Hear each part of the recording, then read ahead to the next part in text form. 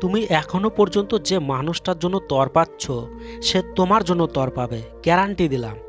যার সাথে তুমি এক একবার কথা বলার জন্য তরপাচ্ছ, যার সাথে এক একবার দেখা করার জন্য তরপাচ্ছ, সেই মানুষটা তোমার জন্য তরপাবে। তোমার যদি মনে হয় আমি ওর জন্য তরপাচ্ছি কিন্তু ওই তো আমার সম্পর্কে কখনো ভাবেও না, তাহলে এটা কেমন করে সম্ভব? হ্যাঁ, অবশ্যই সম্ভব। এই ভিডিওতে 1+3 সাইকোলজিক্যাল টিপস দেব। সঠিকভাবে মানো, সে দিন রাত সব সময় তোমার জন্য তরপাবে। তো ফলো করো ভিডিওটা। দেখো, প্রথমেই বলবো, তুমি এরকম কেন চাইছো তোমার পার্টনারকে তরপাতে? তুমি যখন চাইছো সে তোমার জন্য তরপাক, তার মানে হলো তুমি তোমার রিলেশনশিপ নিয়ে খুবই সিরিয়াস হয়ে গেছো। তুমি তোমার সম্পর্ক নিয়ে সিরিয়াস আছো জন্যই তোমার পার্টনারকে তুমি তরপাতে চাও। তো এর মানে হলো তোমার লাভার্স তোমাকে হালকাভাবে নিচ্ছে, লাইটলি। দেখো, পয়েন্টটাতে কি আছে? লাইটলি থেকে সিরিয়াসের দিকে, আর সিরিয়াস থেকে তরপানোর দিকে।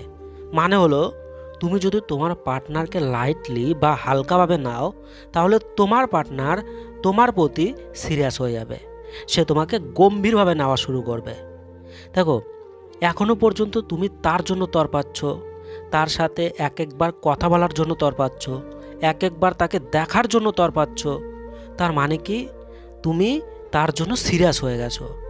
আর তোমার পার্টনার তোমাকে হালকাভাবে নিচ্ছে, সে তোমার সম্পর্কে ভাবছেই না। তো এই পয়েন্টটাতে সেটাই বলা হচ্ছে, যখন তুমি তোমার লাভার্সকে লাইটলি নেবে, হালকাভাবে নেওয়া শুরু করবে, তখনই তোমার লাভার্স, যে মানুষটা এখনও পর্যন্ত তোমাকে হালকাভাবে নিচ্ছিল, সে তোমাকে সিরিয়াসভাবে নেওয়া শুরু করবে। তখন তোমার পার্টনারের মনে হবে, এর এত সাহস কিভাবে হলো? এই আমাকে হালকাভাবে নিচ্ছে, এই তো এরকম ছিল না, এই কিভাবে আমাকে হালকাভাবে নিচ্ছে? আমার ফোন ঠিকমতো ধরছে না, আমার সাথে ঠিকমতো কথা বলছে না, আমার সাথে দেখা করতে চাইছে না। যে আমার জন্য কান্না করতো, আমার জন্য মরতে থাকতো, এখন হলো কি এর? মেন কথা হলো সে সিরিয়াস হয়ে যাবে। আর যখনই সে সিরিয়াস হয়ে যাবে, তখন যদি তুমি তাকে হালকাভাবে নিতেই থাকো, তাহলেই সে তরপানো শুরু করবে, খুব তরপাবে। তুমি এই প্রসেসটা যত চালাবে, সে ততই তরপাতে থাকবে, সে ততক্ষণই তরপাবে যতক্ষণ তুমি চাইবে। এইবার এই প্রসেসটাকে যদি উল্টো করে বুঝি, তাহলে দেখো, তুমি কেন তরপাচ্ছ? তুমি তো সেই জন্যই তরপাচ্ছ, তুমি সিরিয়াস আছো। সিরিয়াস কেন? কারণ তোমার লাভার্স তোমাকে হালকাভাবে নিচ্ছে। তাই এই কথাটা মাথায় রেখো, যতক্ষণ তুমি সিরিয়াস থাকবে, ততক্ষণ সামনের মানুষটা তোমাকে সিরিয়াসভাবে কেন নেবে? কেন নেবে বলো? কেন নেবে? কখনোই নেবে না। সে তো আরও টেনশন ফ্রি থাকবে। সে তো ভাববে, এই তো সব ঠিকঠাক রিপ্লাই দিচ্ছে আমাকে, এ তো সবই রিপ্লাই ঠিক দিচ্ছে, আমার পেছনেই পড়ে আছে, একেবারে আমার প্রেমে পাগল হয়ে গেছে, সব ভালো কথা, তো এটা তো খুব সুন্দর। তাহলে আমি হেডেক কেন নেব? আমি টেনশন ফ্রি থাকি। এই কোথায় যাবে? আমাকে ছেড়ে তো এই যেতেই পারবে না। তো এই ধরনের পরিস্থিতি, এই ধরনের চিন্তা ওর আসবে। দেখো, এই পয়েন্টটাকে ব্যবহার করার জন্য এই 3টি পয়েন্ট তোমাকে মানতে হবে। প্রথম, ট্রিট অ্যাজ নট এক্সিস্ট। দেখো, এর মানে হলো তোমাকে এমনভাবে ব্যবহার করতে হবে যাতে তুমি তোমার পার্টনারের আশেপাশেই আছো, তার সামনেই আছো, কিন্তু এমনভাবে ট্রিট করে দাও যাতে তার মনে হয় সে তোমার জীবনে এক্সিস্টই করে না, ওই নামের কোনো মানুষ তোমার জীবনে নেই, তুমি তাকে জানোই না। তার সামনে অন্যান্য লোকের সাথে কথা বলো, সে এতদিন কি মনে করতো?